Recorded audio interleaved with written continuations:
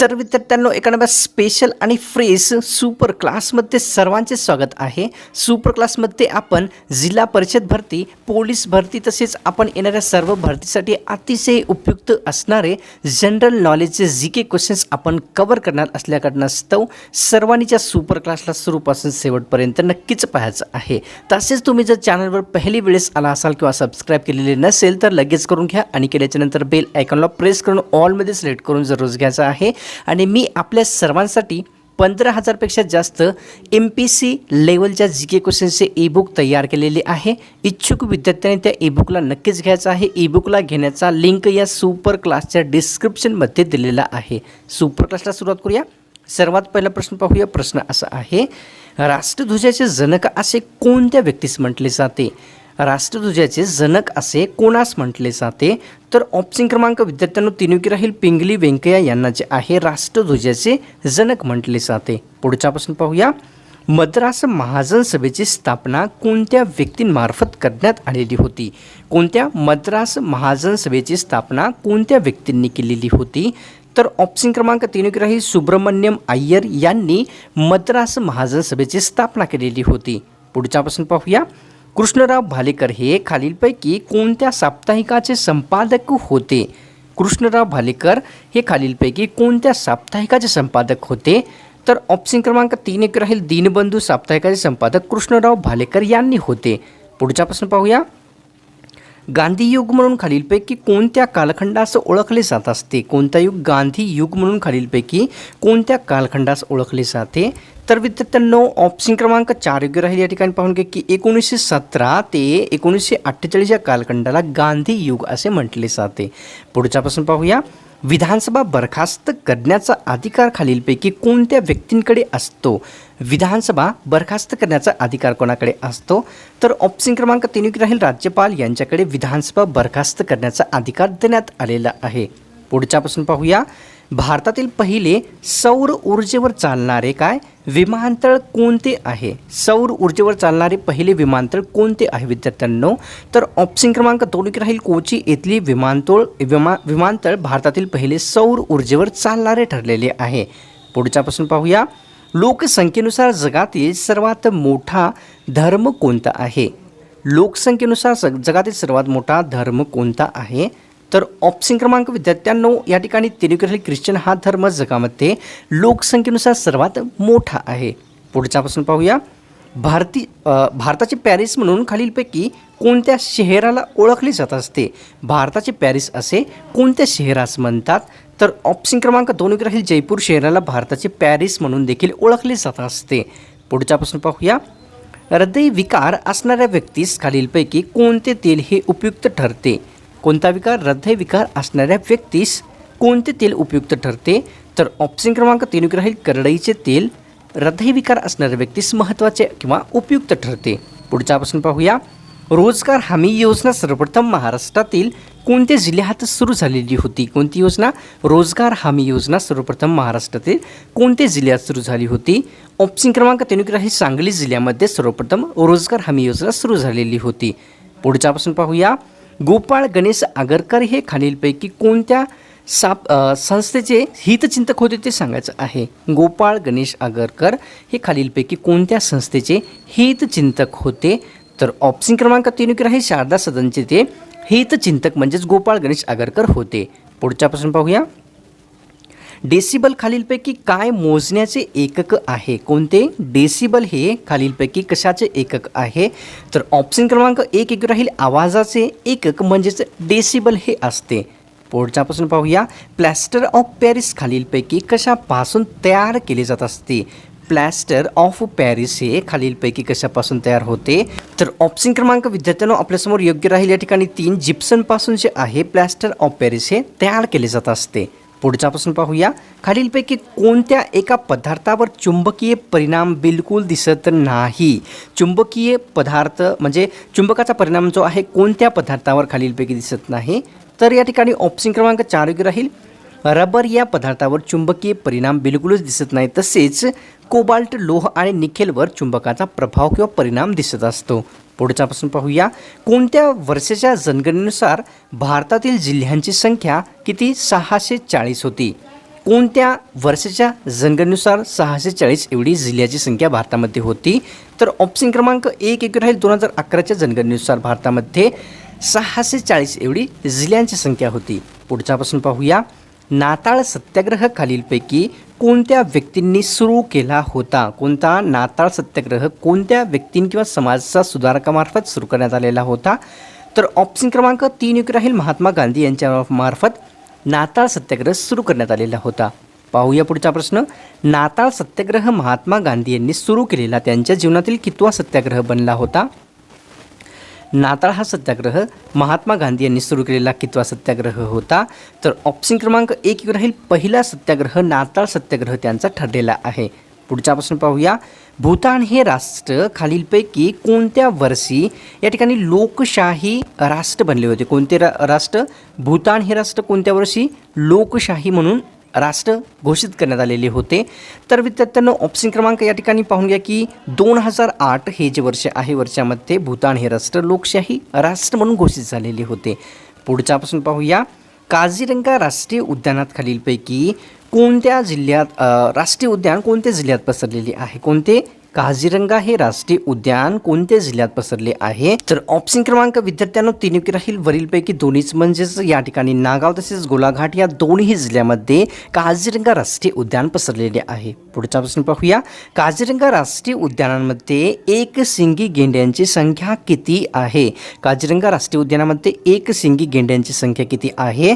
तर विद्यार्थ्यांनो ऑप्शन क्रमांक 2 राहील 2/3 एवढी काझीरंगा राष्ट्रीय उद्यानामध्ये एकशिंगी गेंड्यांची संख्या पाहावयास मिळते. पुढच्यापासून पाहूया. भारतातील कोणत्या राज्यात कोळशाचे साठे सर्वात जास्त आहेत? खालील दिलेल्या कोणत्या राज्यामध्ये कोळशाचे साठे हे सर्वात जास्त आहेत? ऑप्शन क्रमांक 2 राहील झारखंड राज्यामध्ये कोळशाचे साठे हे सर्वात जास्त प्रमाणात पाहावयास मिळतात. पुढच्यापासून पाहूया. भारतातील सर्वात छोटा असलेला केंद्रशासित प्रदेश आपल्याला सांगायचा आहे.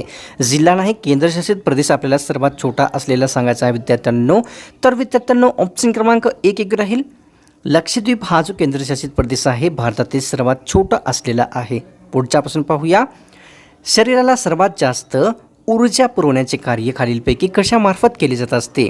काय? ऊर्जा पुरवण्याचे शरीराला सर्वात जास्त प्रमाणामध्ये कोणामार्फत कार्य केले जाते? तर ऑप्शन क्रमांक 2 राहील साखरेमार्फत शरीराला ऊर्जा पुरवण्याचे कार्य जे आहे मोठ्या प्रमाणात होत असते. पुढच्यापासून पाहूया. राष्ट्रगीतामध्ये जय हा शब्द एकूण किती वेळेस आलेला आहे? शब्द आहे जय हा शब्द राष्ट्रगीतामध्ये एकूण किती वेळेस आला आहे? तर ऑप्शन क्रमांक 3 राहील 10 वेळेस राष्ट्रगीतामध्ये जय हा शब्द आलेला आहे. पुढच्यापासून पाहूया.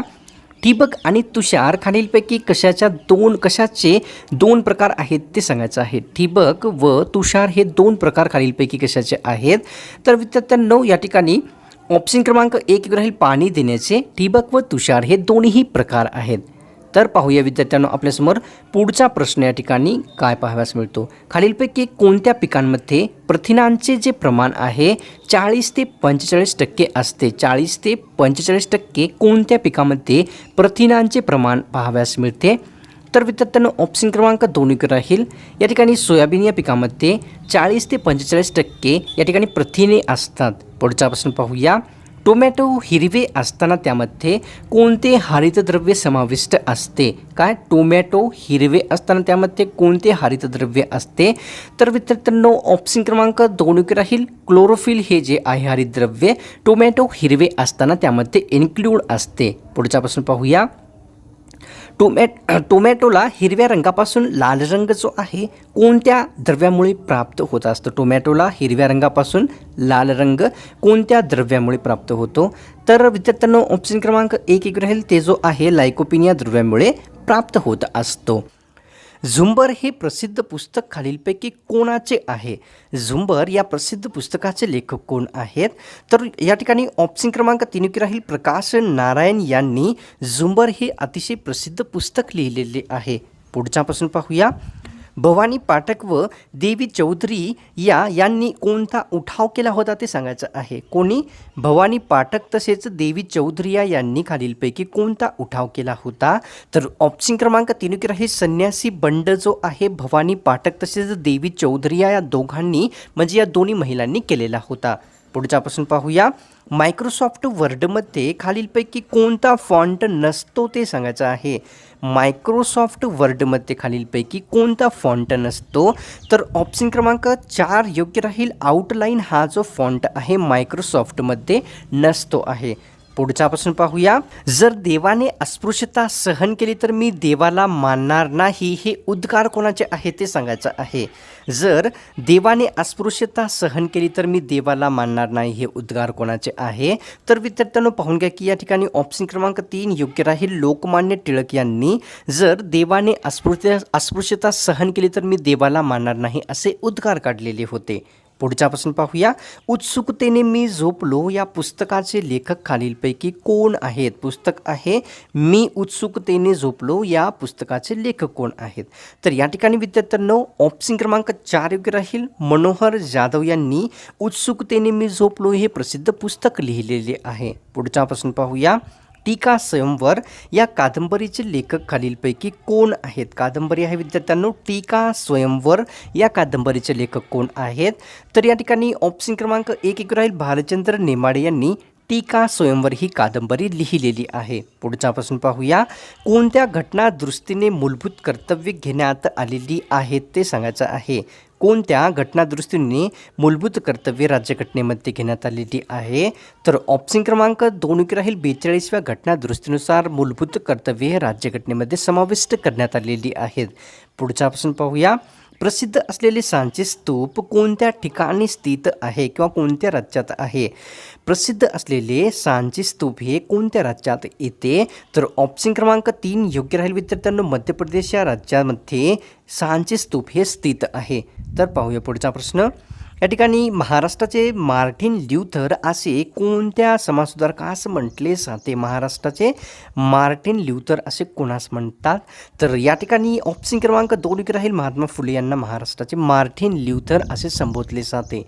पुढच्यापासून पाहूया, भारूड हा रचना प्रकार खालीलपैकी कोणत्या संतांनी रूढ केलेला आहे. कोणता भारूड हा रचना प्रकार कोणत्या संतांमार्फत रूढ करण्यात आलेला आहे. तर ऑप्शन क्रमांक 1 योग्य राहील विद्यार्थ्यांनो. संत एकनाथ महाराज यांनी भारूड हा रचना प्रकार जो आहे रूढ केलेला आहे. पुढच्यापासून पाहूया, 2011च्या जनगणनेनुसार पारसी धर्माची लोकसंख्या सर्वात जास्त कोणत्या राज्यामध्ये किंवा शहरात होती ते सांगायचं आहे. 2011च्या जनगणनेनुसार पारसी धर्माची लोकसंख्या कोणत्या राज्यात किंवा शहरात जास्त होती. तर या ठिकाणी ऑप्शन क्रमांक 3 योग्य राहील. महाराष्ट्र राज्यामध्ये आणि स्पेशली मुंबई या शहरामध्ये विद्यार्थ्यांनो एकूण लोकसंख्येच्या 70% पारसी धर्माची लोकसंख्या मुंबई एकट्या शहरामध्ये स्थित आहे सध्या. पाहूया पुढचा प्रश्न. भ्रष्टाचारामध्ये भारताचा जगात कितवा क्रमांक लागतो. भ्रष्टाचारामध्ये या ठिकाणी भारताचा जगामध्ये कोणता क्रमांक लागलेला आहे. तर विद्यार्थ्यांनो ऑप्शन क्रमांक 2 राहील. 85व्या क्रमांकावर भ्रष्टाचारामध्ये जगात हा भारत देश क्रमांकावर येतो. पुढच्यापासून पाहूया, या ठिकाणी स्पेक या शब्दाचा समानार्थी शब्द आपल्याला सांगायचा आहे. शब्द कोणता आहे या ठिकाणी पाहून घ्या की स्पेक या शब्दाचा समानार्थी शब्द कोणता आहे. तर या ठिकाणी ऑप्शन क्रमांक 4 योग्य राहील. स्पेक या शब्दाचा समानार्थी शब्द विद्यार्थ्यांनो ऑल ऑफ अबाव म्हणजेच स्पेकल, फ्लेक आणि स्मग हे जे आहे सर्व स्पेक या शब्दाचे समानार्थी शब्द आहेत. पुढचा प्रश्न पाहूया, सुप्रसिद्ध शब्दाचा विरुद्धार्थी शब्द कोणता आहे. शब्द आहे सुप्रसिद्ध शब्दाचा विरुद्धार्थी शब्द.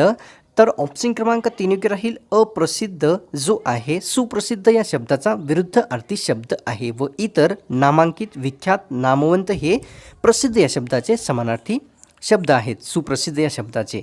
पुढचा प्रश्न पाहूया, प्लासीची लढाई खालीलपैकी कोणत्या वर्षी झालेली होती. हा रिपीट क्वेश्चन झालेला आहे. प्लासीची लढाई खालीलपैकी कोणत्या वर्षी झालेली होती. तर ऑप्शन क्रमांक 4 योग्य राहील. 23 जून 1757 या दिवशी जी आहे प्लासीची लढाई झालेली आहे. पुढच्यापासून पाहूया, भारतातील पहिले रामसर स्थळ खालीलपैकी कोणते आहे. भारतातील पहिले रामसर स्थळ खालीलपैकी कोणते आहे. तर या ठिकाणी ऑप्शन क्रमांक 2 राहील. चिल्का सरोवर हे भारतातील पहिले रामसर स्थळ म्हणून ओळखले जात असते. पुढच्यापासून पाहूया, अँग्लो बर्मीचे पहिले युद्ध कोणत्या वर्षी झाले होते. अँग्लो बर्मीचे किंवा ब्रह्माचे, माफ करा, माफी चूक जर झाली असली कारणास्तव, पहिले युद्ध केव्हा झाले होते, कोणत्या वर्षी झाले होते? तर या ठिकाणी ऑप्शन क्रमांक 4 योग्य राहील. 5 मार्च 1824 या वर्षी या दिवशी अँग्लो बर्मीचे पहिले युद्ध झालेले आहे. तर विद्यार्थ्यांनो, ही सुपर क्लास मला तर वाटते की नक्कीच सर्वांनाच आवडलेली आहे. कारणास्तव त्या सुपर क्लासला एक लाईक व चॅनलला सबस्क्राईब लगेच करून घ्या. आणि आपल्यासाठी 15,000पेक्षा जास्त MPC लेवलच्या GK क्वेश्चन्सचे ईबुक जे तयार केलेले आहे, लिंक या सुपर क्लासच्या डिस्क्रिप्शनमध्ये दिलेला आहे. या ईबुकच्या बाहेरचा एकही GK क्वेश्चन्स आपल्याला एक्झाममध्ये येणार नाही, खात्री याची मी आपल्याला 100% देतो. तर इच्छुक विद्यार्थ्यांनी नक्कीच घ्यायचं आहे. तर मिळतो का स्पेशल आणि फ्रेश